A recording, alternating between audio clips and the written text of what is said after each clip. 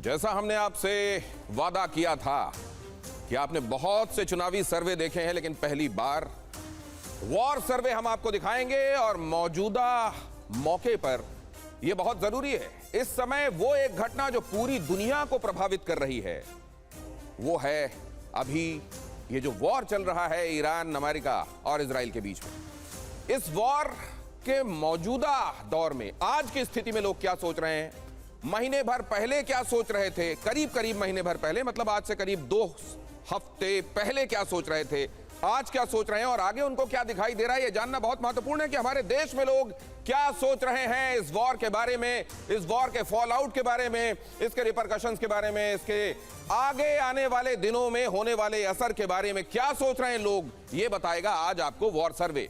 क्या ईरान युद्ध दुनिया को तीसरे वर्ल्ड वॉर की तरफ ले जा रहा है?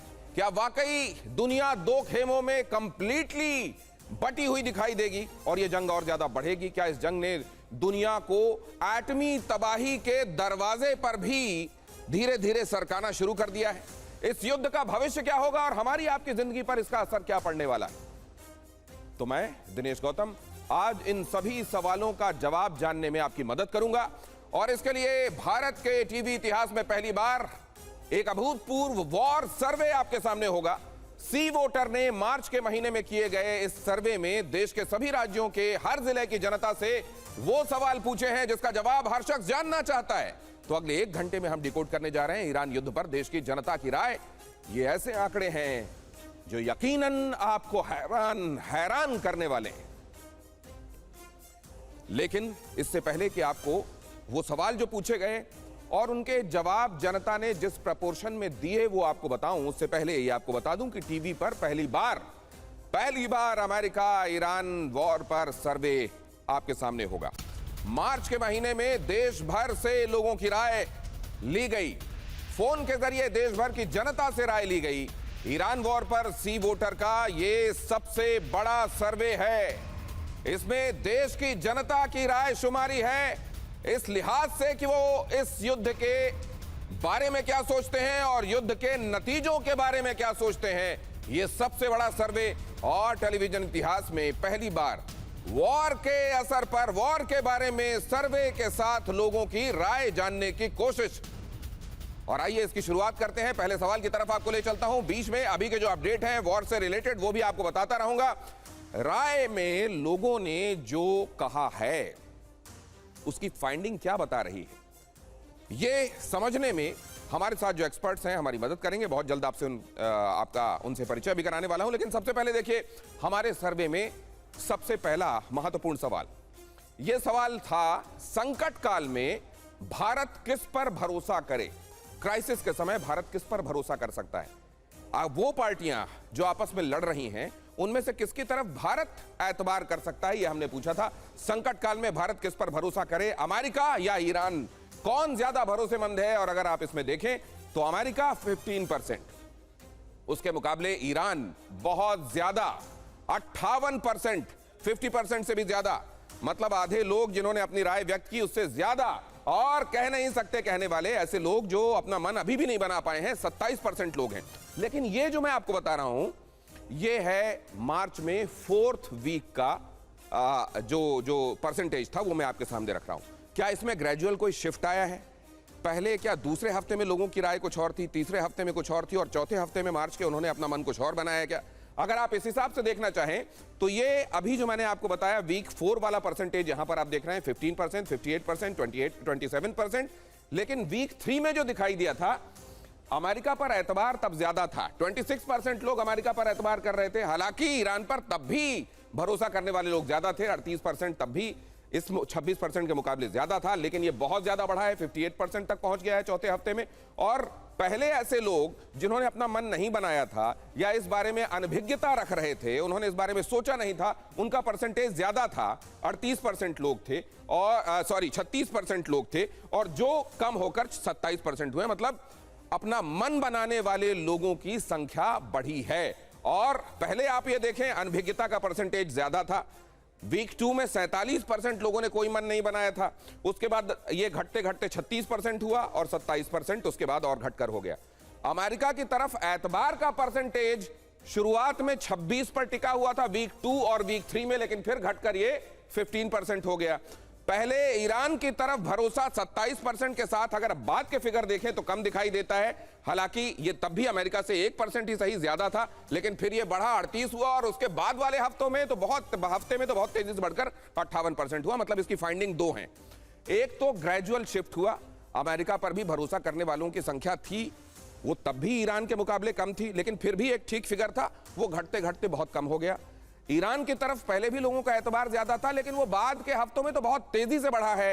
अनभिज्ञता रखने वाले लोगों की संख्या पहले ठीक ठाक थी, लेकिन बाद के हफ्तों में बहुत तेजी से घटी है। मतलब ऐसे लोग जिन्होंने अपना मन बनाया वो तेजी से बढ़े, और क्योंकि अमेरिका की तरफ ये कम दिखाई दे रहा है और ईरान का फिगर बड़ा दिखाई दे रहा है, इसका मतलब जिन लोगों ने मन बनाया वो ये मन बनाया कि भैया हमको तो ईरान की तरफ हमारा मन जा रहा है, वो ठीक कर रहा है, और हम मन से ये मानते हैं कि अगर हमको एतबार करना पड़े संकट काल में तो ईरान की तरफ हमको देखना चाहिए। अब जरा देखिए, अगले सवाल की तरफ ले चलता हूं। असल में ये सेट ऑफ क्वेश्चंस हैं, और इन सेट ऑफ क्वेश्चंस पे आप जानते हैं जो लोग सर्वे करते हैं, मेथोडिकल तरीके से सर्वे करते हैं, वो अलग अलग तरीकों से एक ही चीज को टटोलने की कोशिश करते हैं, ताकि अगर किसी ने कहीं कुछ रिस्पोंडेंट ने किसी तरह की चालाकी बरती है या किसी इन्फ्लुएंस में है, तो उसको दूसरी तरीके से वही बात पूछकर यह समझा जा सके कि असल में उसका मन क्या है। मन पढ़ने की यही कोशिश होती है इस तरह के सर्वे में। ईरान अमेरिका युद्ध में भारत को तटस्थ रहना चाहिए क्या? भारत को तटस्थ रहना चाहिए या भारत को किसी की तरफ खड़ा होना चाहिए? तटस्थ रहना चाहिए कहने वाले लोग 60% सबसे ज्यादा, और ये अगर आप देखें कि तटस्थ नहीं रहना चाहिए कहने वालों के मुकाबले बहुत ज्यादा है, और 35% लोग लेकिन ये कहते हैं कि तटस्थता का ये दौर नहीं है, इस दौर में तो आपको कोई पाला पकड़ना पड़ेगा। कह नहीं सकते कहने वाले लोग 5% है, लेकिन ये चौथे हफ्ते की बात है। इसमें भी कोई ग्रेजुअल शिफ्ट दिखाई दे रहा है क्या? वीक 2 में और फिर वीक 3 में और उसके बाद वीक 4 में आते आते इसमें भी कोई शिफ्ट है क्या? क्विकली वो भी दिखा दीजिए। ईरान अमेरिका युद्ध में भारत को तटस्थ रहना चाहिए। अब देखिए जरा, हाँ कहने वाले लोग 60%। अगर आप चले जाएं वीक 2 में तो बहुत ज्यादा अंतर नहीं दिखाई देगा, तब भी तटस्थता को के हिमायती लोग ज्यादा हैं। 58% लोग कह रहे हैं कि हाँ तटस्थ रहना चाहिए। थोड़ा बढ़ा है ये 61%, और फिर थोड़ा घटा है 60%। मतलब बीचों बीच सबसे ज्यादा लोग ये समझ रहे थे कि तटस्थ रहना चाहिए। 1% के हिसाब से घटे हैं लोग जो ये कह रहे हैं कि तटस्थ रहना चाहिए, लेकिन फिर भी उनकी संख्या ज्यादा है जो ये कह रहे हैं तटस्थ। अब जरा देखिए, 35% लोग अगर कह रहे हैं नहीं तटस्थ नहीं रहना चाहिए, तो ये भी बढ़ा है 30%, 35%। मतलब तटस्थ नहीं रहने वाले लोग जो कह रहे हैं कि ना तटस्थ नहीं रहना चाहिए, कोई पाला होना चाहिए जिसमें भारत भी खड़ा दिखाई दे, उनकी संख्या बढ़ी है। हालांकि 5% ही बढ़ी है। और कह नहीं सकते कहने वाले लोग पहले 12%, अनभिज्ञ लोगों की तादाद 12%, और बाद में 9% और अब 5%, मतलब ऐसे लोगों की तादाद घटी है। आप जरा देखिए नेक्स्ट सेट ऑफ क्वेश्चन भी, ये इस सेट ऑफ क्वेश्चंस में थर्ड क्वेश्चन मैं आपके सामने रख रहा हूं। ये पहला सेट मैं आपके सामने रख रहा हूं जिसमें आप ये पता कर रहे हैं कि भारत का जनमानस इस युद्ध को लेकर क्या सोच रहा है। इस युद्ध में जो कॉन्फ्लिक्टिंग पार्टीज हैं उनमें किसकी तरफ भारत खड़ा हुआ दिखाई दे रहा है, और खड़ा हुआ सिर्फ मन से खड़ा हुआ है या वैश्विक मंच पर भी वो फॉर्मली भी औपचारिक रूप से भी खड़ा होने के पक्ष में है। अब जरा देखिए, अगर किसी एक देश का साथ देना मजबूरी बन जाए, कंपल्शन हो जाए, तो भारत किसका साथ दे? जब यह सवाल पूछा गया तो अमेरिका कहने वाले लोग केवल 26% थे, लेकिन ईरान का साथ देना चाहिए ऐसा कहने वाले लोग 74% थे। 74% लोग ये कह रहे हैं कि हमको तो अगर कंपल्शन हो तो ईरान का साथ देना चाहिए। अमेरिका का साथ देना कहने वाले लोग केवल 26%। अब इसमें भी कोई शिफ्ट है क्या? क्या पहले अमेरिका के पाले में जनमानस दिखाई दे रहा था जो बाद में शिफ्ट हुआ? आप देखिए जरा, वीक 4, वीक 3, वीक 2, मतलब यहां से लेकर आइए आप, यहां 44% लोग पहले अमेरिका की तरफ थे और ये घटते घटते 38 हुआ और फिर 26 हुआ। मतलब ग्रेजुअली अमेरिका की तरफ इंक्लिनेशन भारत के जनमानस का कम होता गया है, और ईरान की तरफ जो पहले से ही ज्यादा था उसमें इजाफा देखने को मिला है। 56% से ये 62% हुआ और फिर 74% हो गया।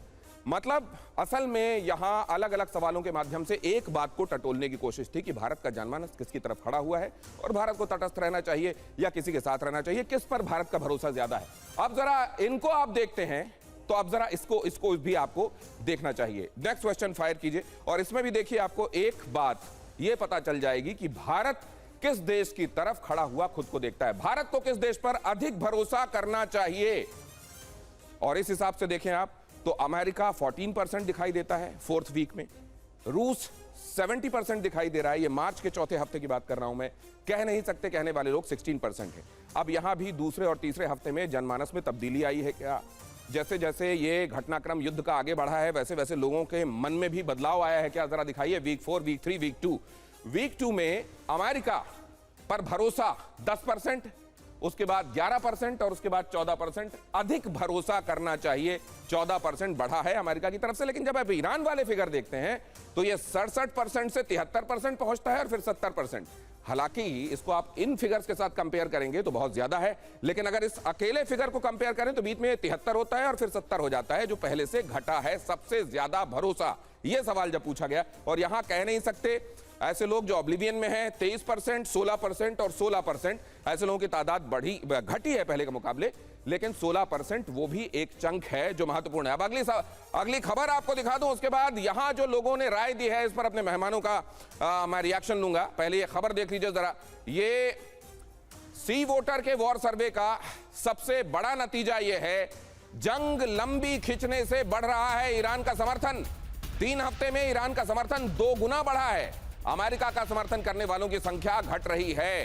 पहले जो लोग अमेरिका के साथ अपने मन से खड़े हुए थे, उस मन को अब हम ईरान की तरफ शिफ्ट होते हुए देख रहे हैं। जैसे जैसे यह युद्ध लंबा खिंचा है वैसे वैसे ईरान के हिमायती और उसकी तरफदारी करने वाले लोगों की संख्या बढ़ी है। हमारे साथ जो मेहमान जुड़ रहे हैं वो अलग अलग फील्ड्स के एक्सपर्ट हैं। मेजर जनरल एसबी अस्थाना हमारे साथ आज की चर्चा में जुड़ रहे हैं। प्रोफेसर संजय भारद्वाज एकेडमिशियन हमारे साथ हैं, विदेश मामलों के जानकार हैं। प्रोफेसर दीप्ति तनेजा जो कि आर्थिक मामलों की जानकार हैं, वो भी हमारे साथ इस चर्चा में जुड़ रहे हैं। सबसे पहले तो मैं ये समझ लूं कि ये तब्दीली आप लोगों की निगाह में क्या कहती है। सबसे पहले अस्थाना साहब। देखिए, इसमें कोई शक नहीं है कि लड़ाई शुरू की अमेरिका ने। झूठ बोल रहा है सबसे ज़्यादा अमेरिका, और इसीलिए उनके जो नंबर हैं ये देखते आप कम होते जा रहे हैं कि उसके ऊपर भरोसा नहीं कर सकते।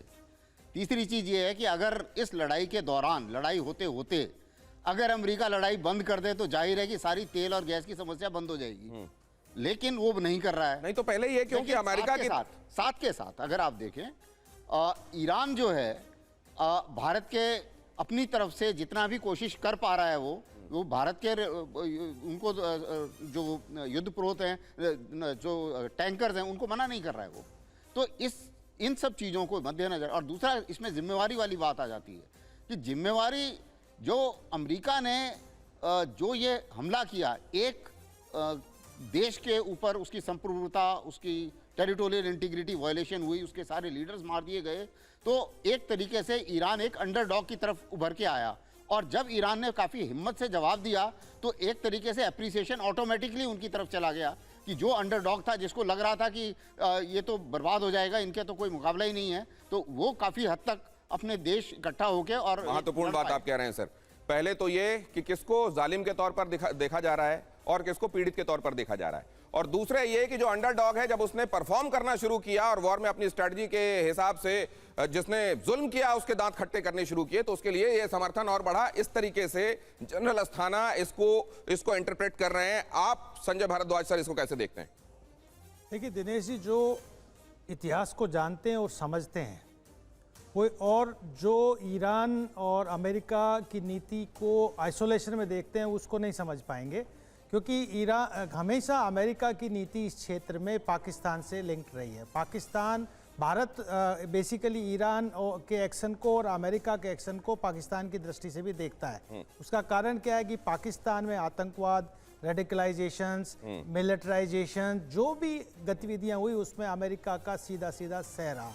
अमेरिका सब जानता है, भारतीय जानता है कि अमेरिका वही एक्ट करता है जो उसके स्ट्रेटेजिक इंटरेस्ट में हो, और वो जानता है कि जितना इस्तेमाल वो भारत का इस क्षेत्र में या साउथ एशिया में कर सकता है उतना करेगा, उसके बाद छोड़ देगा।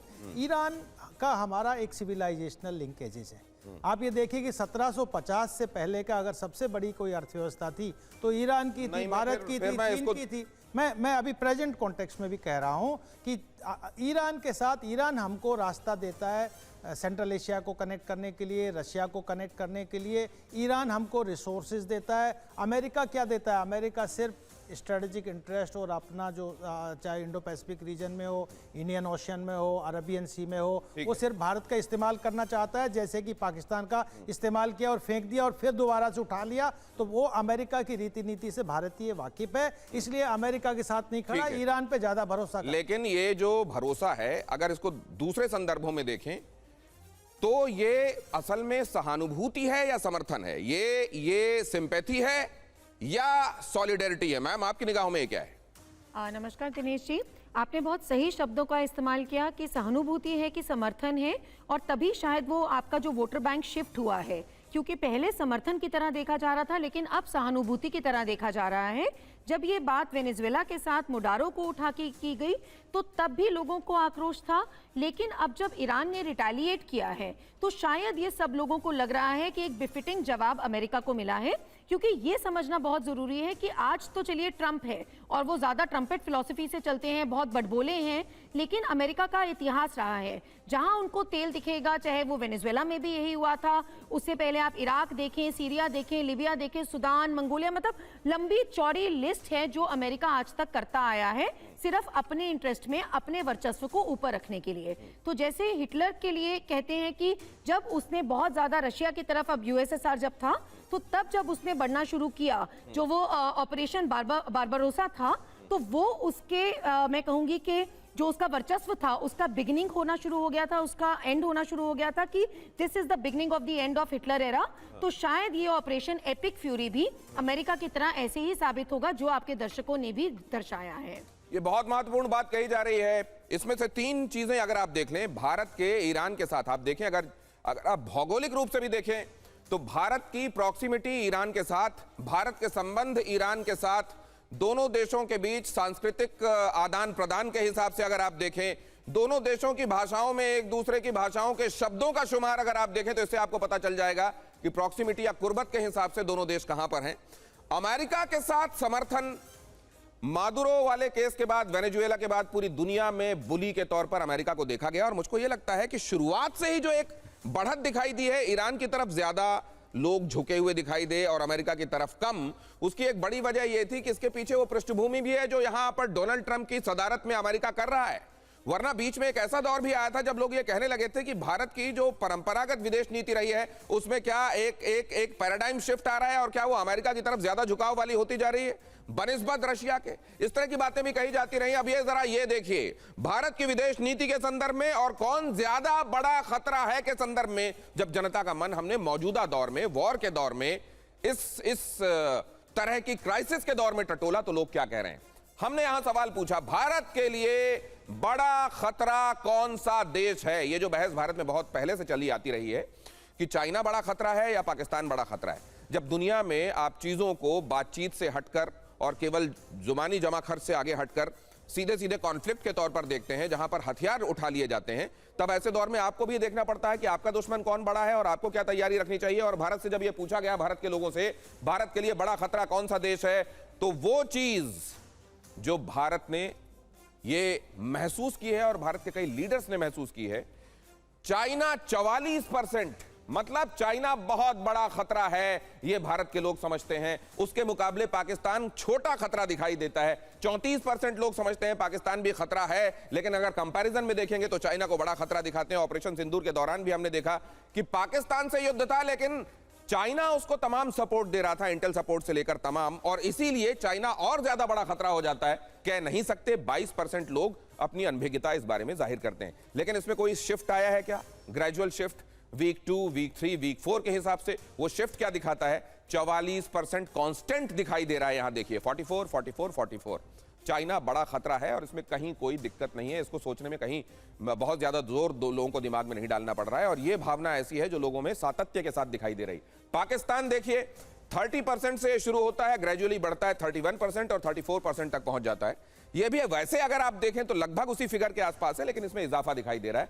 कह नहीं सकते, कहने वाले लोग कम हुए हैं, यहां पर भी कम हुए हैं। 29% ऐसे लोग थे जो फेंस सिटर्स थे, जिन्होंने पहले मन नहीं बनाया था, बाद में ये 25% हुए और फिर घटकर 22% हो गए।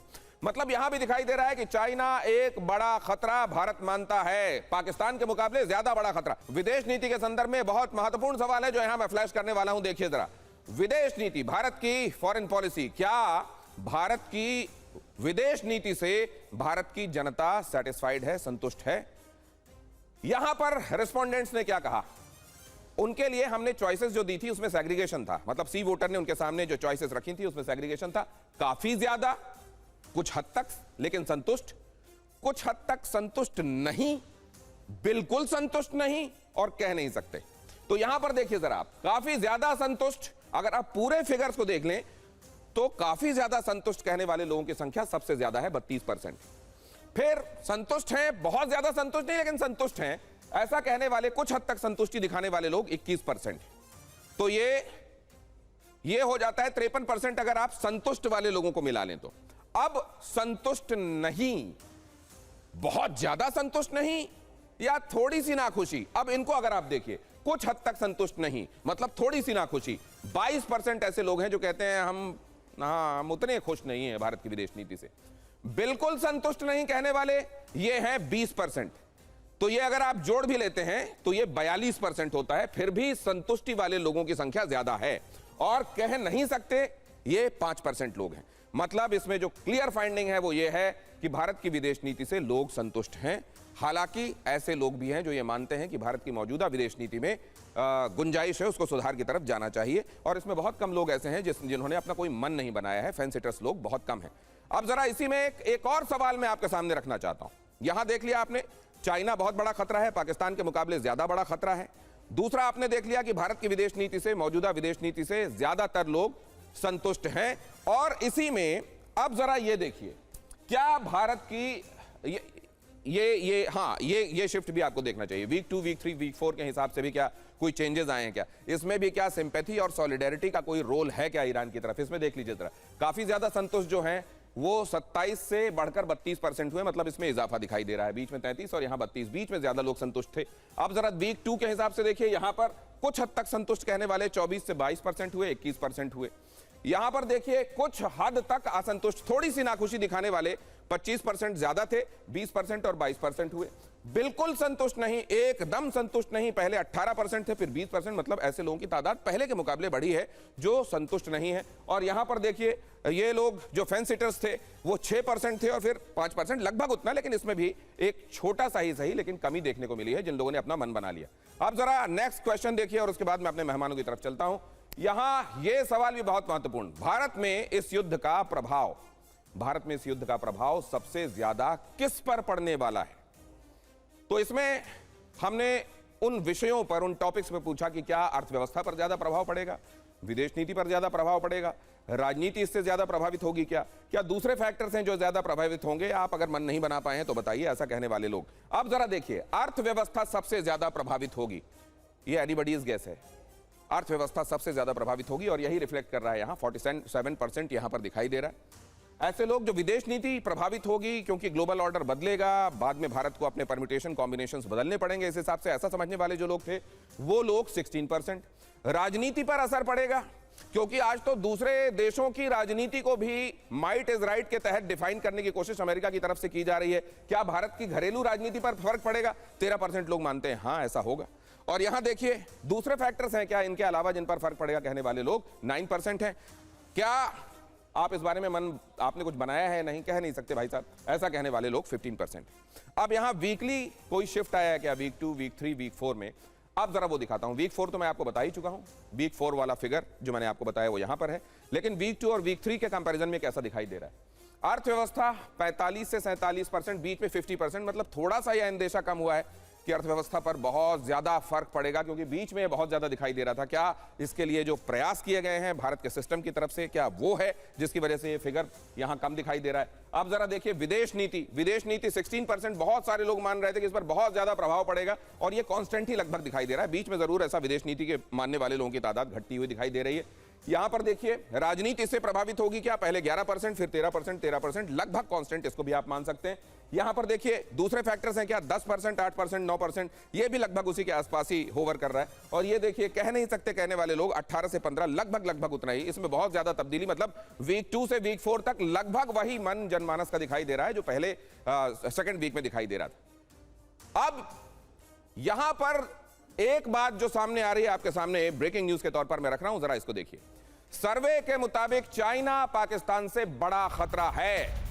50% लोग भारत की विदेश नीति से संतुष्ट हैं। अर्थव्यवस्था पर प्रभाव को लेकर सबसे ज्यादा चिंता है। ये महत्वपूर्ण फाइंडिंग्स हैं इसकी। और सबसे पहले मैम आपसे ही शुरू करना चाहूंगा, इकोनॉमिस्ट के लिहाज से अर्थव्यवस्था को लेकर चिंताएं, ये सबको मालूम था कि हम ऊर्जा के लिए बहुत ज्यादा विदेश से आयात पर निर्भर हैं और उसमें से भी बहुत बड़ा हिस्सा है जो होर्मुज से होकर आता है और वो प्रभावित हो गया है और ये दिखाई भी देने लगा। इसमें कोई ऐसी चीज जो आपको इन फिगर्स में दिखाई दे रही है जिसको आप दर्शकों से साझा करना चाहेंगे? देखिए, बिल्कुल एनर्जी इकोनॉमी तो है ही अपनी जगह। अगर आप उस एनर्जी के साथ साथ लॉजिस्टिक कॉस्ट देखते हैं कि जैसे स्ट्रेट ऑफ होर्मुज बंद हुआ है, अगर उसको ईरान खोलता भी है और उसके ऊपर टोल लगाता है तो भी लॉजिस्टिक कॉस्ट बढ़ती है। अगर ऑल्टरनेटिव रूट की बात करते हैं, ओमान में अभी एक ऑल्टरनेटिव रूट की बात हो रही है, तो वहां पर भी लॉजिस्टिक कॉस्ट बढ़ती है और उसकी सस्टेनेबिलिटी बहुत ज़्यादा नहीं है। अगर इंश्योरेंस की शिप्स की बात करें तो भी वो बढ़ती है। तो ये जो पूरा ईस्ट वेस्ट कॉरिडोर है, ये अपने आप में पूरी की पूरी शिपिंग इंश्योरेंस हो, चाहे ट्रांसपोर्ट कॉस्ट हो, फ्यूल कॉस्ट हो, वो सब कुछ बढ़ा देता है। तो इसके इमीडिएट इम्पैक्ट तो है ही कि हम एनर्जी इंपोर्टर हैं, नेट एनर्जी इंपोर्टर हैं। उसकी शॉर्ट टर्म और long term, medium term cost ये आती है कि फर्टिलाइजर वहां से आते हैं, फूड सिक्योरिटी इंपैक्ट होती है। तो ये ओवरऑल अगर हम देखें 73 में जैसे यम किपुर वॉर हुए थे, उसके बाद भी मेजर शॉक लगा था। 73 में जो हुए थे उसके बाद तो सरकार को ऑयल बॉन्ड्स लाने पड़ गए थे। तो ये ओवरऑल उसी तरीके की स्थिति आज भी अगर युद्ध खत्म हो जाता है दिनेश जी, तो भी ये स्थिति इकोनॉमिक इंपैक्ट बहुत लंबे समय तक भारत के ऊपर देने वाली है। नहीं तो इसमें लेकिन एक छोटा सा हम जो परिवर्तन देख रहे हैं कि पहले अंदेशे जो बहुत बड़े दिखाई दिए थे वो बीच में और ज्यादा बढ़े इकोनॉमिक इंपैक्ट के हिसाब से, लेकिन बाद के दिनों में थोड़ा सा कम हुए हैं। ये इसकी कोई वजह आप मानती हैं बहुत क्विकली?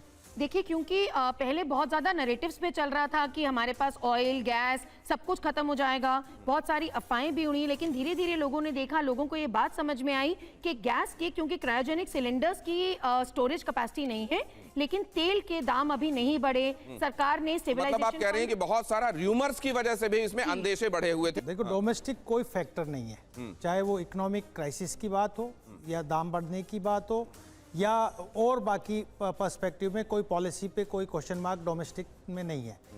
क्षेत्रीय जो एनवायरनमेंट इमर्ज हुआ, जिस तरीके से पाकिस्तान और चाइना और जो ईरान हमारा एक्सटेंडेड नेबर है, वो फैक्टर्स हैं जो इकोनॉमी पे इम्पैक्ट डाल रहा है और जो बाकी फॉरेन पॉलिसी के प्रति हमारा पर्सपेक्टिव बना रहा है। लेकिन जो सबसे बड़ा फैक्टर है कि अंतर्राष्ट्रीय परिदृश्य जिस तरीके से बदल रहा है और दबाव में आज के दिन, चाहे वो यूक्रेन रशिया वॉर हो, चाहे वो मिडिल ईस्ट जो कॉन्फ्लिक्ट चल रहा है, उसकी वजह से अर्थव्यवस्था पे फर्क पड़ रहा है, उसके वजह से सिक्योरिटी इश्यूज को पे क्वेश्चन मार्क लग रहा है। लेकिन यहाँ पे देखिए, जो आपने एक सवाल किया कि पाकिस्तान ज़्यादा बड़ा खतरा है कि चीन, देखिए मिलिट्रीली तो निश्चित रूप से चीन बड़ा खतरा है, लेकिन प्रॉक्सीज जो छोटे मोटे जो आतंकवाद और फंडामेंटलिज्म और इंसर्जेंसीज, वो पाकिस्तान की तरफ से बड़ा खतरा है। देखिए, भारत बेसिकली इसको इन टोटलिटी देख रहा है कि ये दो जो रोग स्टेट्स हैं, जिसपे चाहे वो चीन है, एक तरीके से कोई डेमोक्रेसी नहीं है और मिलिट्री माइट्स की तरफ बढ़ रहा है और एक्सपेंशनिस्ट रिविजनिस्ट हो रहा है, और जिस तरीके का पाकिस्तान का एक इंटरनल कॉन्फ्लिक्ट्स पाकिस्तान में बढ़ रहे हैं, वल्नरेबिलिटी बढ़ रही है, वो भारत के लिए एक खतरा बढ़ाती है। मुझे लगता है सर कि इसको तो अब एक के साथ दूसरा फ्री मानना चाहिए। मुझे लगता है कि जिस तरीके से ऑपरेशन सिंदूर के दौरान हमने देखा कि पाकिस्तान से लड़ाई हो रही थी, लेकिन यहाँ पे चाइना उसको मदद कर रहा था। मुझे लगता है चाइना वाले मामले में पाकिस्तान को नत्थी मानिए, और अगर चाइना वाला मामला है तो पाकिस्तान तो आएगा, और पाकिस्तान वाला मामला है तो चाइना आएगा ही उसके सपोर्ट में। तो मुझको लगता है इनको दोनों को अलग देखना बंद कर देना चाहिए। आप क्या समझते हैं अस्थाना सर? हाँ, बिल्कुल सही बात है। जिसे बोलते हैं ना, दोनों कल्यूजन में है, जिसे मिलिट्री लैंग्वेज में हम इस्तेमाल करते हैं कि दोनों कल्यूजन में है, पहली बात। और दूसरी चीज़, इसमें कोई शक नहीं है कि चीन ज़्यादा बड़ा खतरा है, क्योंकि ना सिर्फ चीन कैपेबल है, उसके पास साजो सामान ज़्यादा है, और दूसरी चीज़ ये है कि वो हमारे लिए इकोनॉमिक खतरा है, डिजिटल खतरा है, इलेक्ट्रॉनिकली खतरा है, मशीनरी सप्लाई चेन में खतरा है। ये सारी चीज़ें पाकिस्तान के साथ लागू नहीं है। तो चीन के साथ जो डायमेंशन जो है खतरे का, वो चीन के साथ कहीं ज़्यादा बढ़ जाता है। राइट। और पाकिस्तान के साथ तो बेसिकली क्या है, टेररिज्म ही कर लेगा और क्या करेगा।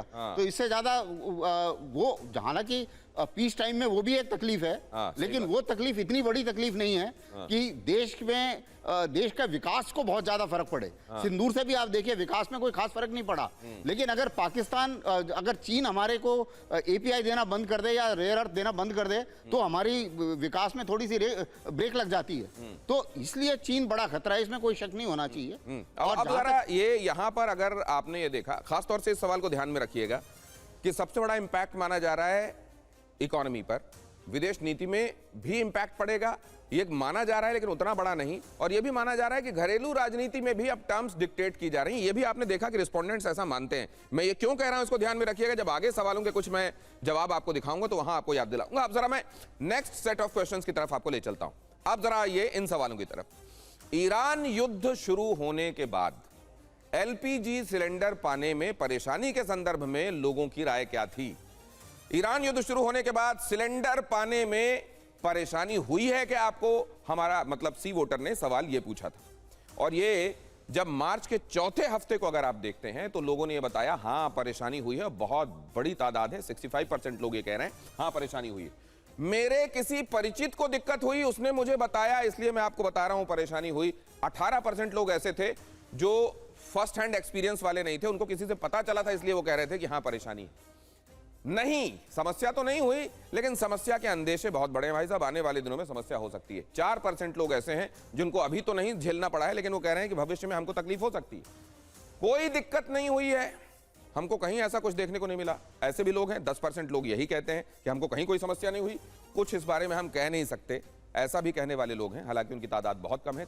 3% ऐसे लोग हैं जो कह रहे हैं कि इस बारे में। अब इसमें जरा ग्रेजुअल शिफ्ट की बात करते हैं, लोगों के नजरिए में कोई तब्दीली आई है क्या? क्योंकि एक बात मैम ने यहां पर कही थी कि बीच में अंदेशों का भी बड़ा उबाल था। अब जरा देखिए, परेशानी हुई है, हमने खुद महसूस किया है, ऐसा कहने वाले लोगों में लगभग आप देखेंगे स्थिरता है 64, 65, 65, लगभग उतना। 14, 15, 18 दूसरे को परेशान होते हुए हमने सुना है, हमको तो अभी नहीं झेलना पड़ा है। ऐसे लोगों की संख्या भी बढ़ी है 14, 15, 18, लेकिन बहुत मामूली इजाफा है इसमें नहीं। लेकिन समस्या का डर है, अभी तो हमको नहीं हुआ है कुछ ऐसा, लेकिन आने वाले दिनों में हमको हो सकता है झेलना पड़ेगा। ऐसे लोग पहले 6% थे, बाद में घटकर 4% हुए हैं, इनके अंदेशे कम हुए हैं।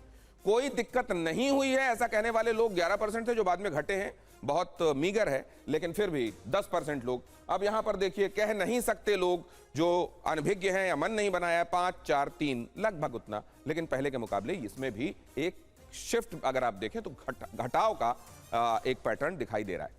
अब जरा देखिए यहां, क्या ईरान युद्ध, नेक्स्ट क्वेश्चन, क्या ईरान युद्ध से तेल की कीमतें प्रभावित होंगी? असल में एक ही तरीके की बात को पूछने और जनता का मन टटोलने के लिए, ताकि उनमें से जो अगर उन्होंने किसी इन्फ्लुएंस में या किसी तात्कालिक फैक्टर की वजह से कोई कुछ चीज बोली है लेकिन उनका मन कुछ और है, तो उनसे उन चीजों को हटाया जा सके, इसलिए उसी चीज को अलग अलग तरीकों से टटोलने की कोशिश होती है। क्या ईरान युद्ध से तेल की कीमतें प्रभावित होंगी? हां, प्रभावित होंगी। लोग अवेयर हैं, लोग जानते हैं कि क्रूड का एक बड़ा हिस्सा बाहर से आयात होता है, और उसमें भी उसका भी 90% हिस्सा ऐसा है जो होर्मुज से आता रहा है, ईरान के बेहद करीब वाला वो हिस्सा, लिहाजा इसमें प्रभावित होने का सवाल नहीं होने का सवाल ही नहीं कहने वाले लोग भी थे जो कह रहे हैं, 9% लोग ऐसे हैं, हालांकि ये 82 के मुकाबले कुछ नहीं है, कि नहीं कोई प्रभाव नहीं पड़ेगा, और इस बारे में भी कोई मन जिन्होंने नहीं बनाया, लगभग उतनी ही संख्या उन लोगों की है, 9% जो कहते हैं हमको इस बारे में पता नहीं। अब इसमें भी ग्रेजुअल शिफ्ट, दूसरा, तीसरा और चौथा हफ्ता क्या बताता है, जरा उसको भी देख लीजिए। पहले ये 81% था, 82%, लगभग कांस्टेंट आप मान सकते हैं। लोगों को ये बहुत क्लियर है कि यहाँ जहां से आ रहा है वहां पर ये युद्ध चल रहा है, इसलिए प्रभाव पड़ेगा। 8% से 9% ये भी लगभग कांस्टेंट ही है, और ये 11 से 9 लगभग उतना आप मान सकते हैं। मतलब लोगों को इसमें कोई कंफ्यूजन, कोई दो राय नहीं, कोई कहीं संशय नहीं कि इससे प्रभाव पड़ेगा। अब जरा देखिए, एक सवाल जो महत्वपूर्ण है, हालांकि उसी बात को प्रकारांतर से टटोलने की कोशिश है, लेकिन वो भी बहुत महत्वपूर्ण है। क्या रसोई का ईंधन महंगा होने से आप चिंतित हैं? इस तरीके से सवाल पोर्ट्रेट जब उनके सामने किया गया, क्या रसोई का ईंधन महंगा होने से आप चिंतित हैं, तो 26% लोग ऐसे थे जो कह रहे हैं नहीं, कोई चिंता नहीं। थोड़ी सी चिंता है 11% लोगों को, कुछ नहीं, कुछ हद तक चिंतित हैं 29% लोग। ये हालांकि अगर आप इसमें देखें तो सबसे बड़ा परसेंटेज यही है, कुछ हद तक चिंता वाले। बहुत ज्यादा चिंतित हैं 27%। 29 के बाद देखें तो सबसे ज्यादा फिगर यही बड़ा है, 27% लोग।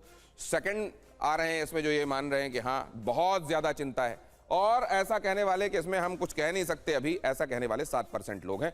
सबसे बड़ा फिगर है कुछ हद तक चिंतित लोगों का, बहुत ज्यादा चिंतित लोगों का उससे दूसरा बड़ा फिगर है 27% लोगों का। कोई चिंता की बात नहीं है 26% लोग कह रहे हैं, थोड़ी चिंता की बात, मामूली चिंता की बात 11% लोगों की है, और जिन्होंने कोई मन नहीं बनाया 7% लोग। यहाँ वीक बाय वीक लोगों का मन बदला है या लगभग स्थिरता दिखाई देती है उनके मन के संदर्भ में। यहां पर देखिए वीक 3 और वीक 4 हम इसमें शामिल कर रहे हैं, वीक 2 यहां पर नहीं है। 26% का 26% है, 11 का 11, 27 का थोड़ा बढ़ा 29 हुआ, 28 का थोड़ा घटा 27 हुआ, और 8 का थोड़ा आप देखें घटा 7%। लगभग आप कांस्टेंट इसको मान सकते हैं कि ईंधन की चिंता को लेकर, रसोई गैस की, रसोई के ईंधन की चिंता को लेकर लगभग लोगों का मानस वही है। लेकिन ज्यादातर लोग ऐसे हैं जिनको चिंता है कि हमारी चिंता इस मामले में निश्चित रूप से है। जो लोग कह रहे हैं कोई चिंता नहीं है वो भी हालांकि थर्ड में आपको दिखाई दे रहे हैं। अब जरा नेक्स्ट सवाल की तरफ आपको ले चलता हूं। एलपीजी की कीमत आपको क्या लगता है कितनी बढ़ सकती है? ये जो क्राइसिस है इसको देखते हुए कितना आपको अंदेशा है कि ये बढ़ सकती है? ये सवाल था जो सी वोटर ने लोगों के सामने रखा। एलपीजी की कीमत कितनी बढ़ सकती है? क्या 10 से 20% के बीच कुछ आप इजाफा देख रहे हैं? सबसे ज्यादा यही फिगर आपको दिखाई दे रहा है, 34% लोग मानते हैं 10 से 20% का इजाफा होगा। 20 से 50% के बीच में बढ़ सकता है, 26% लोग ऐसा मानते हैं। 50 से 70% के बीच में हो सकता है, 11% लोग ऐसा मानते हैं। फिर डबल मतलब 100% इजाफा इसमें हो सकता है, ऐसा कहने वाले लोग 13% हैं। और जो लोग कह रहे हैं कि नहीं इस बारे में हमको कुछ आइडिया नहीं कि कैसे क्या होगा, ऐसा कहने वाले लोग 16% है। तो सबसे बड़ा फिगर आप लेना चाहते हैं इसमें से, तो 10 से 20% का इजाफा इसमें होगा ही होगा, ऐसा मानने वाले 34% लोग हैं।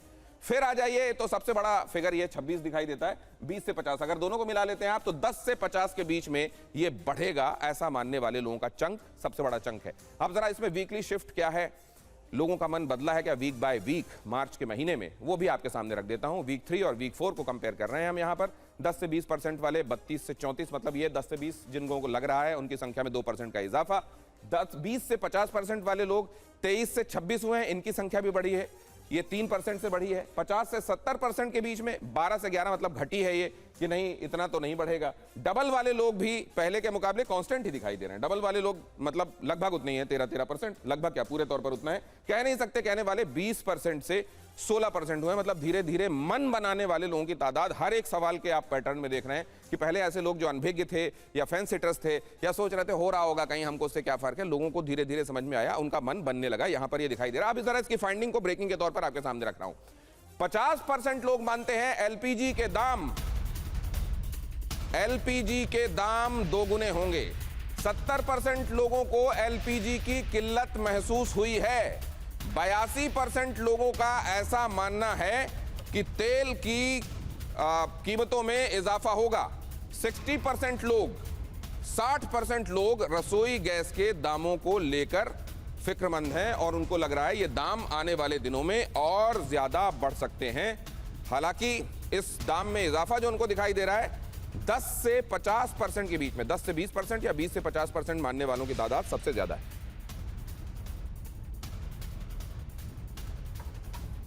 अब जरा इसको भी डिकोड करने की कोशिश करते हैं। लोगों ने इकोनॉमी के इंपैक्ट के हिसाब से क्या देखा, तेल की कीमतों के संदर्भ में क्या देखा, ईंधन की चिंताएं उनकी कैसी दिखाई दे रही हैं। मैम इसमें कोई पैटर्न आप नोट कर रही हैं क्या? जी बिल्कुल दिनेश जी, मैं ये बोलूँगी कि भारत की जनता शायद बहुत समझदार है, शायद नहीं बिल्कुल समझदार है, जो आपके आंकड़ों से भी दिख रहा है। क्योंकि अगर आप देखें कि 853 से 60 रुपए अगर बढ़े हैं सबसे पहले एलपीजी के दाम, तो वो तकरीबन 7% है। तो जनता भी ये बात समझती है कि क्योंकि हम नेट इंपोर्टर हैं, ऐसी कोई चीज़ नहीं है कि आज फैक्ट्री लगाई और नहीं लगाई और आज पैदा हो जाएगा तेल और गैस के कुएं। तो जनता भी इस बात को समझती है। और देखिए जो महंगाई की दर की आप बात कर रहे हो, वो चाहे कोई कितना भी अमीर क्यों ना हो, महंगाई एक ऐसी चीज है जो हर किसी को अखरती है, चाहे वो गरीबी की रेखा पे हो नहीं हो, कितना ऊंचा हो, दैट इज समथिंग जो हर किसी को इम्पैक्ट करती है। लेकिन जनता को ये बात बिल्कुल समझ में आती है कि तेल और गैस दोनों के दाम बढ़ेंगे और पेट्रोल के दाम अभी नहीं बढ़ने, ये भी जनता को एक बहुत बड़ी राहत लगेगी। जो एक फिगर था 18% वाला, जब मैंने सिलेंडर्स के संदर्भ में एलपीजी वाला जो सवाल रखा था कि हमने किसी के संदर्भ में सुना है कि उसको परेशानी हुई है और इस हिसाब से उनको भी लग रहा है कि उनका अंदेशा यह है कि आने वाले दिनों में परेशानी होगी। इसको संजय जी आप कैसे देख रहे हैं? देखिए, निश्चित रूप से ये बात भारत में देखिए पढ़ी लिखी जनता है, सब समझती है कि हमारी जो क्रूड ऑयल है या एलपीजी है उस पर डिपेंडेंसीज एक्सटर्नल सोर्सेज पे बहुत ज़्यादा है। और जिस तरीके के हालात मिडिल ईस्ट में ईरान जो अमेरिका और इजराइल कॉन्फ्लिक्ट चल रहा है और उधर यूक्रेन रशिया कॉन्फ्लिक्ट चल रहा है, तो निश्चित रूप से हमारे जो सप्लाई है, जो सप्लाई चेन है, उस पर प्रभाव पड़ रहा है और उसकी वजह से दाम बढ़ना वाजिब है। लेकिन ये बात मान के चलिए कि भारत ने जो पिछले कुछ महीनों से ये कही कि कुछ साल से जो एक कूटनीति अपनाई कि रशिया से हमने सस्ते दाम पे जो क्रूड ऑयल लिया और जो एलपीजी लिया, वो मुझे लगता है जो स्टॉक है वो कहीं ना कहीं कुछ राहत का एक सोर्स बना हुआ है और इसलिए भारत में बहुत बड़ी किल्लत नहीं आई। लेकिन आप ये देखिए कि बाकी के देशों में आप चाहे साउथ ईस्ट एशियन कंट्रीज में चले जाइए, बांग्लादेश हमारा पड़ोसी है, श्रीलंका हमारा पड़ोसी है, इन सब में जो हालात हो रहे हैं उसके मुकाबले भारत अभी भी बेहतर है। लेकिन दिक्कत है, एलपीजी की सप्लाई की भी दिक्कत है। जनता अभी भी डट के और भारत के साथ खड़ी हुई है और इसीलिए चाहती है कि ये युद्ध खत्म हो। यूरोपियन कंट्रीज इतने रिसोर्सफुल, वो प्रभावित हैं। खुद अमेरिका जो कहता है मेरे पास तेल है, ट्रम्प कह रहे हैं मेरे पास तेल है, वो वहां पर देखिए लोगों का तेल निकल रहा है। ऐसे में क्या ये माना जाए कि जनता भी यहाँ पर कम से कम ये रिफ्लेक्ट कर रहा है कि अंदेशे हैं लेकिन सिस्टम पर भरोसा भी है कि हम लोग कंटिजेंसी के हिसाब से बेटर प्रिपेयर्ड हैं? अस्थाना सर, बिल्कुल। एक सर्वे जो आपने अभी दिखाया काफ़ी मैच्योर्ड सर्वे नज़र आता है, क्योंकि देखिए इसमें कोई शक नहीं है कि कीमतें बढ़नी हैं, इसमें भी कोई डाउट नहीं है। कई लोगों ने जिन्होंने कहा कि हम संतुष्ट हैं, वो बेसिकली पीएनजी यूज़र होंगे, क्योंकि पीएनजी में वालों को कोई फ़र्क नहीं पड़ा अभी तक। तो जहाँ तक उम्मीद है कि वो परसेंटेज तकरीबन उसी से मैच करती है कि जितनी पीएनजी इस्तेमाल कर रहे हैं लोग, ठीक है। और उसी मुताबिक एक निर्देश भी जा रहा है उसी मुताबिक भी ज़्यादा से ज़्यादा पीएनजी पे आ जाओ। तो वो एक रेमेडियल मेजर्स भी हैं और जाहिर है कि सब ये समझ रहे हैं, इसमें कोई शक नहीं है कि भारत ने जो नीति अपनाई, रूस से तेल खरीदना शुरू किया, तो शुरू में अब ये जो कीमत बढ़ रही है बीच में, रूस से पहले हम डिस्काउंटेड ऑयल खरीद रहे थे, अब बीच में मुसीबत ये हुई कुछ समय के बाद में, अब जो ऑयल रूस के पास भी बायर्स बहुत ज़्यादा हो गए, तो अब वो डिस्काउंटेड नहीं दे रहा है, उसका भी थोड़ी कीमत बढ़ गई है। तो वो भी एक फैक्टर जो है वो नज़र आ रहा है। तो I think all in all मेरे विचार से बिल्कुल मैच्योर्ड, किसी भी अर्थशास्त्री का एनालिसिस देखिए और नॉर्मल जनता का देखिए, तो ये मेरे विचार से बहुत एक तरीके से मैच्योर्ड, जिसे बोलते हैं मैच्योर डेमोक्रेसी भारत की एक शक्ल एक नजर आप ये कह रहे हैं कि इन्फॉर्म्ड डिसीजंस लोग ले रहे हैं और ये बात आपको संतुष्ट और प्रसन्न करती है। आपके पास लौटता हूं, आपका इशारा भी देख रहा था सर, आप कुछ कहना चाह रहे हैं, लेकिन मेरे पास कुछ और क्वेश्चंस हैं, समय कम है, इसलिए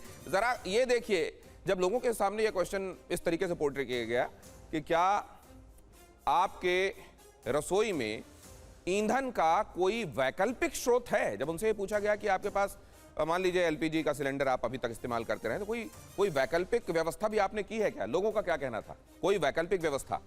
हाँ कहने वाले लोग 36% थे कि हमारे पास कोई एक, अगर हम जुगाड़ कर लेंगे, अगर हमारे पास दूसरे तरीके भी हैं, 36%। लेकिन सबसे ज्यादा बड़ा फिगर दिखाई दे रहा है 50%, जो इतने ज्यादा आप डिपेंडेंट हैं एक पर्टिकुलर तरीके से भोजन बनाने के अपने रसोई घर में, कि वो कह रहे हैं कि हमारे पास कोई दूसरा तरीका नहीं है, वो हम केवल जो तरीका इस्तेमाल करते आए हैं वही एक तरीका है, उसके अलावा कोई विकल्प हमारे पास नहीं है। इस बारे में कह नहीं सकते, कहने वाले लोग भी 14% है, ठीक ठाक चंक उनका भी है कि अभी हम, मतलब कई लोग ऐसे होते हैं कि अभी तुरंत तो कोई व्यवस्था नहीं है लेकिन कर लेंगे, वैकल्पिक अभी कुछ नहीं है लेकिन हो सकता है हमको जुगाड़ कर लें, ऐसा कहने वाले 14%। अब यहाँ पर वीकली शिफ्ट क्या आया है लोगों का, जरा वो भी देखिए। क्या ग्रेजुअली लोगों ने कुछ अरेंज किया है क्या अपने लिए वैकल्पिक स्रोत के तौर पर? क्या ये दिखाई देता है? जरा वो दिखाइए।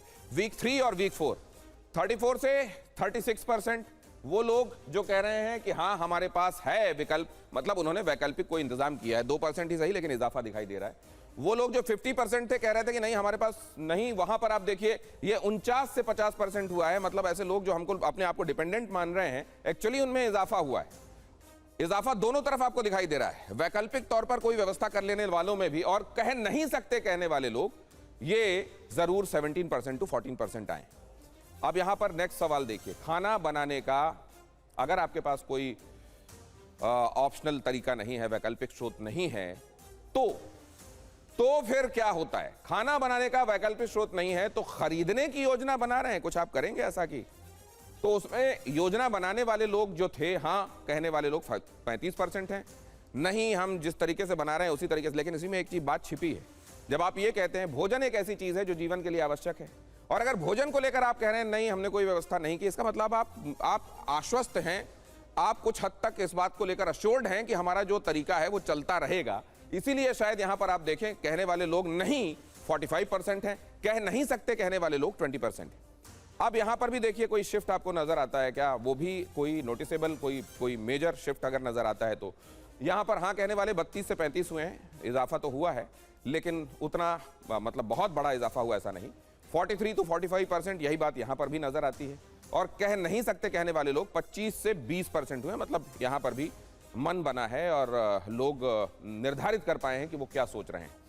ईंधन की कमी के संदर्भ में एक और सवाल हमने इस तरीके से पोर्ट्रे किया सी वोटर ने, ईंधन की कमी होने या कीमतें अधिक बढ़ने पर आप सबसे पहले क्या करेंगे, क्या सोचा है आपने? यह सवाल जब हमने पूछा ईंधन की कमी होने की या कीमतें बढ़ने पर आप सबसे पहले क्या करेंगे, लकड़ी उपले का इस्तेमाल करेंगे क्या? 66% लोग देखिए यहां पर कह रहे हैं कि हाँ बिल्कुल यही करना पड़ेगा। गर्म भोजन का सेवन कम करेंगे, एक बार बना लेंगे फिर उसको दोबारा गर्म नहीं करेंगे, यह भी महत्वपूर्ण है 8%। इंडक्शन इलेक्ट्रिक कुकर 16%, सामुदायिक कार्यक्रमों में जाकर खाएंगे 5%, कुछ नहीं कह सकते 5%, मतलब इसमें जो महत्वपूर्ण है और नोटिसेबल है वो ये है कि लकड़ी या उपले का इस्तेमाल किया जाएगा। अब इसमें कोई शिफ्ट दिखाई देता है क्या, वो भी बहुत जल्दी से देखिए यहां पर लोगों में क्या पहले के मुकाबले वीक 3 और वीक 4 में क्या दिखाई देता है। यहां देखिए वीक 3 में 68 से 66% हुए हैं, मतलब लोगों में कुछ आश्वस्ति आई है कि नहीं जो है जो जैसा चल रहा है हम शायद चला पाएंगे, इसलिए थोड़ा घटा हुआ दिखाई दे रहा है। 7 से 8% गर्म भोजन का सेवन ये कम करेंगे मानने वाले लोग भी 1% से बढ़े हैं। इंडक्शन इलेक्ट्रिक कुकर का इस्तेमाल करेंगे 1% का इजाफा इसमें भी है। सामुदायिक कार्यक्रमों में जाकर खाएंगे 4 से 5%, ये कह रहे हैं कि हाँ जहां सामूहिक रूप से बना करेगा वहां जाकर खाएंगे, कह नहीं सकते कहने वाले 6 से 5% हुए हैं। इसमें क्या नोटिस करते हैं हमारे एक्सपर्ट्स वो भी हम आपको बताएंगे, लेकिन अब जरा यहां पर देख लीजिए इन फाइंडिंग्स को, अगर आप इसको समराइज करें तो किस तरीके से देखेंगे, यहां फ्लैश कीजिए। 50% के पास ऊर्जा का वैकल्पिक साधन नहीं है, वो कुल मिलाकर अगर सिलेंडर इस्तेमाल कर रहे हैं तो सिलेंडर ही उनको आगे भी दिखाई दे रहा है। 45% ऊर्जा के वैकल्पिक साधन खरीदने की तैयारी में दिखाई दे रहे हैं, जिनको ये लग रहा है कि अब आने वाले दिनों में कुछ करना पड़ेगा। तो अब जरा जल्दी से इस पर भी रिएक्शन ले लेता हूं। मैम 20-20 सेकंड हमारे पास सबके पास हैं, आप ही से शुरू करता हूं जी, क्योंकि आप किचन भी देखती हैं और आप सब्जेक्ट मैटर एक्सपर्ट भी हैं। जी ये बात गलत है, किचन सबको देखनी चाहिए। खैर जी, okay, coming on to this, देखिए सबसे बड़ी बात यह है कि 2014 से 2026 तक 14 करोड़ से तकरीबन 33 करोड़ गैस कनेक्शन हुए हैं। तो कभी ये चीज सोची ही नहीं थी कि ऐसी भी कोई स्थिति देखनी पड़ेगी भारत को इस वैश्विक परिप्रेक्ष्य में, तो उसके चलते ये प्रॉब्लम बहुत ज्यादा आई है। और इसी के लिए दिनेश जी, माननीय प्रधानमंत्री मोदी जी को भी जनता का आह्वान करना पड़ता है कि टीम इंडिया की तरह रहिए। जैसे 65 में शास्त्री जी ने कहा था कि एक समय का भोजन खाएंगे, तो मैं ये जानती हूँ या मानती हूँ कि भारत की जनता इस तरीके से टीम इंडिया के साथ भी रहेगी कि अगर ऐसा कोई स्थिति आती है, तो आपने वो क्वेश्चन हालांकि डाला नहीं था, लेकिन भारत के साथ खड़े होने के लिए भारत की जनता एक समय का मील या एक उसमें ऑल्टरनेटिव करके ऐसे भी कोई प्लान्स का इजाफा कर सकती है, ये भी मैं बहुत अच्छी तरह। और दूसरी बात यह है कि लकड़ी और उपले से शिफ्ट हुए एलपीजी में हमको बहुत दिन नहीं हुए, तो आज भी हमारे यहाँ उसकी प्रैक्टिस है। यूरोपियन कंट्रीज की तरीके से हम बहुत ज्यादा लग्जरी के अभी आदी नहीं हो गए हैं कि हमको अगर करना पड़े तो हम बड़ा समस्या में आ जाएं, ये बात भी यहाँ दिखाई दे रही है आपको संजय जी। देखिए दिनेश जी, एक बात मान के चलिए, जिस तरीके से शहरीकरण बढ़ रहा है, तो शहरीकरण बढ़ रहा है तो जो ट्रेडिशनल सोर्सेज थे हमारे, चाहे वो लकड़ी की बात कर रहे हो, उपले की बात कर रहे हो, लोगों का शिफ्ट हो गया। आप छोटे छोटे घरों में रह रहे हैं, शहरों में रह रहे हैं, तो ऑप्शंस भी नहीं है, स्कोप भी नहीं है, कहाँ जलाएं कहाँ बनाएं।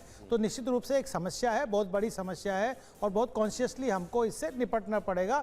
रूरल जो इंडिया मतलब आप ये कह रहे हैं कि ग्रामीण लोग बेहतर अडॉप्ट कर पाएंगे अगर कंटिजेंसी और सोर्सेज है। अच्छा ठीक है सर, आपका कमेंट जल्दी से। हाँ, मैं सिर्फ 2 पॉइंट बोलूंगा। सबसे पहले तो ये साफ नजर आता है कि ग्रामीण, हमारा भारत, असली भारत अभी भी ग्रामीण गांव में है, और इसीलिए ये उपले और लकड़ी का जो शिफ्टिंग है वो काफी आपको बड़े तौर पे नजर आया। दूसरी चीज ये, काफी लोग ये भरोसा कर रहे हैं कि लड़ाई जल्दी खत्म हो जाएगी। जब बोल रहे हैं ना कि कुछ भी कि हम कोई बंदोबस्त नहीं कर रहे हैं, तो उन्हें लग रहा है कि खत्म हो जाएगी। अभी 2-3 हफ्ते कईयों को ये भी लग सकता है सर, जब सवाल लेकर गए होंगे कि कहीं अगर हम ये कहते हैं कि हमारे पास वैकल्पिक स्रोत है, तो कहीं से इन्फॉर्मेशन पहुंच ना जाए और ऐसा ना हो कि हमको सिलेंडर ना मिले, ये भी हो सकता है। बहरहाल आगे देखिए, क्या युद्ध के बाद, ये बहुत महत्वपूर्ण सवाल है और इसमें आप लोगों का खासतौर से अस्थाना सर और संजय भारद्वाज सर आपके पास में विशेष रूप से टिप्पणी के लिए, क्या युद्ध के बाद अमेरिका दुनिया में और बड़ी महाशक्ति बन जाएगा? ये दादागिरी क्या उसे और खतरनाक और महत्वपूर्ण बना देगी? क्या युद्ध के बाद अमेरिका दुनिया में और बड़ी महाशक्ति बन जाएगा? हां, केवल 22%। दादागिरी दुनिया में चलती नहीं है, नहीं बनेगा बहुत बड़ी महाशक्ति। 62% कह नहीं सकते, 16%। अब इसमें शिफ्ट दिखाइए जरा बहुत जल्दी से। ये देखिए वीक 2 23, 19, 22 मतलब महाशक्ति बन जाएगा मानने वाले वीक 2 में ज्यादा थे कंपैरेटिवली ही देखिए, मतलब ये आइसोलेशन में देखें तो ये फिगर में बहुत ज्यादा चेंज नहीं है, लेकिन कंपैरिजन में चेंज दिखाई दे रहा है। 51% से 62%, मतलब इसमें नहीं बनेगा, इस बुलिंग करने वाले तरीके से महाशक्ति नहीं बनेगा। 59, 62%। अब देखिए जरा, कुछ कह नहीं सकते। 26, 22, 16 मतलब यहां मन बना लेने वालों की तादाद बढ़ी है ग्रेजुअली। आप जरा देखिए अगला सवाल बहुत महत्वपूर्ण, क्या युद्ध ग्लोबल वर्ल्ड ऑर्डर में महत्वपूर्ण बदलाव लाएगा? क्या इससे दुनिया में जियोपॉलिटिक्स बदलेगी? हां 52% जियोपॉलिटिक्स तो बदलेगी, नहीं 20%, कह नहीं सकते 28%। शिफ्ट क्या आया है इसमें ग्रेजुअल? वीक 2, वीक 3, देखिए वीक 2, वीक 3, वीक 4 में 44 टू 52%। हाँ बदलाव आएगा, ग्रेजुअली उनकी तादाद बढ़ी है। नहीं आएगा, ग्रेजुअली उनकी भी तादाद बढ़ी है, लेकिन ऐसे लोग जिन्होंने पहले कोई मन नहीं बनाया था वो 40% थे, जो घटकर बाद में 28% हो गए। 50% से ज्यादा लोग मानते हैं युद्ध से ग्लोबल ऑर्डर बदलेगा। फ्लैश कीजिए इसको। अमेरिका के सुपर पावर स्टेटस पर फर्क नहीं पड़ेगा, यह भी इसमें दिखाई देता है। अस्थाना सर आपकी टिप्पणी। पहले तो इसमें बिल्कुल कोई शक नहीं है कि ज़्यादा से ज़्यादा लोग ये मानते हैं, और ये सही भी है कि अमेरिका का वर्चस्व कम होगा। और ये फिगर क्यों बढ़ी? क्योंकि साफ साफ नज़र आ रहा था कि जो ट्रंप की दादागिरी है, शुरू में लग रहा था कि चल रही है, लेकिन जिस तरीके से ईरान उसके सामने खड़ा हुआ तो वो दादागिरी जमीन पर जाती हुई नजर आ रही है। लेकिन सर एक बात ये बताइए, तमाम world leader other than America, महत्वपूर्ण स्टेटमेंट्स जर्मनी का हो, फ्रांस का हो, इटली का हो, तमाम जगहों से हमने, यहां तक कि नेटो ने भी ये बात कही कि ग्लोबल ऑर्डर क्या होता है। आज के दिन में माइट इज राइट है। अगर माइट इज राइट है संजय भारद्वाज सर, उसके बरक्स ये फाइंडिंग आपको क्या दिखाती? देखिए, मैं तीनों का आंसर सिंपल है कि मंशा अमेरिका की क्या थी इन सब middle east war, Ukraine Russia war में, कि वो उससे हथियार मार्केट क्रिएट करेगा, जो एनर्जी रिसोर्सेज है, चाहे वेनेजुला हो चाहे मिडिल ईस्ट हो, उस पर अपना एकाधिकार बनाएगा और अपना डॉलर मजबूत करेगा। मंशा ये है, लेकिन मुझे लगता है कि उल्टा पड़ रहा है दाव, और वो जिस तरीके से जो अमेरिकन सुपरमेसी हेजेमनी की जो बात कर रहा है, उससे लगता है कि दुनिया कॉन्शियस हो रही है और अब अल्टरनेटिव वैकल्पिक रिसोर्सेज और नहीं तो सवाल क्या आने वाले दिनों में क्या दुनिया एकजुट होकर अमेरिका की कॉलर पकड़ेगी कि ये दादागिरी बहुत हो गई? आपको क्या लगता है? चैलेंज तो मिल गया है मैम से। ईरान। दीप्ति जी। देखिए, मैं ये समझती हूँ कि दुनिया एक साथ जुट के अमेरिका को साथ देने की ना जरूरत है ना उसके अगेंस्ट खड़े होने की। ये यूनिपोलर वर्ल्ड से मल्टीपोलर वर्ल्ड बन रहा है, और उसका मैं आपको इकोनॉमिक जो वो बताती हूँ। सर बात कर रहे थे कि क्योंकि उसको तेल पे करना था, तेल का जो सीधा सीधा जुड़ा है पेट्रो डॉलर से जुड़ा है। अब अगर ईरान अपनी शर्तों पे युद्ध जो खत्म होता है, जो दिख भी रहा है, तो वो सारी जीसीसी कंट्रीज ईरान से लेना शुरू करेंगी, और वो कहता है पेट्रो युआन में डील करो, तो डॉलर का वर्चस्व अपने आप खत्म होता है। तो ये अमेरिका जो करने गया था एक्चुअली उसको उल्टा पड़ गया, ये कहने वाली बात।